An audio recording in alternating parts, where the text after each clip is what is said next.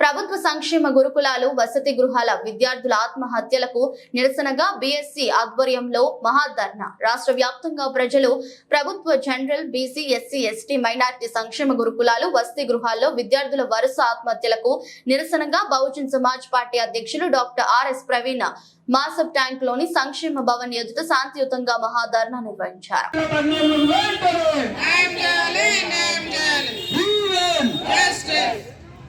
అధికారం ఉన్నంత వరకు సరైన న్యాయం చేయండి.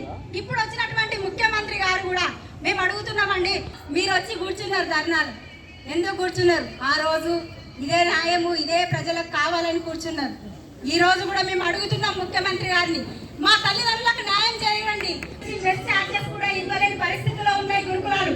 మా పిల్లలకు యూనిఫామ్స్ కరెక్ట్ గా లేవు, పిల్లలకు బుక్స్ సరైన సమయానికి రావడం లేదు, మేము బుక్స్ రావడం లేదని ఇదే అధికారి దగ్గరికి వస్తే ఏందమ్మా నీ ఒకదానివే ఉన్నదా, నీ బిడ్డ ఒక్కటే ఉన్నదా అని ప్రశ్నించిన అధికారి లోపల ఉన్నారు. అంటే అర్థం చేసుకోండి ఎలాంటి పరిస్థితులలో తల్లిదండ్రులు ఉంటున్నారు. ఒక చదువుకున్న తల్లిదండ్రులుగా నేను అడుగులాంటి తల్లిదండ్రులకు విద్య లేక ఉన్నారు.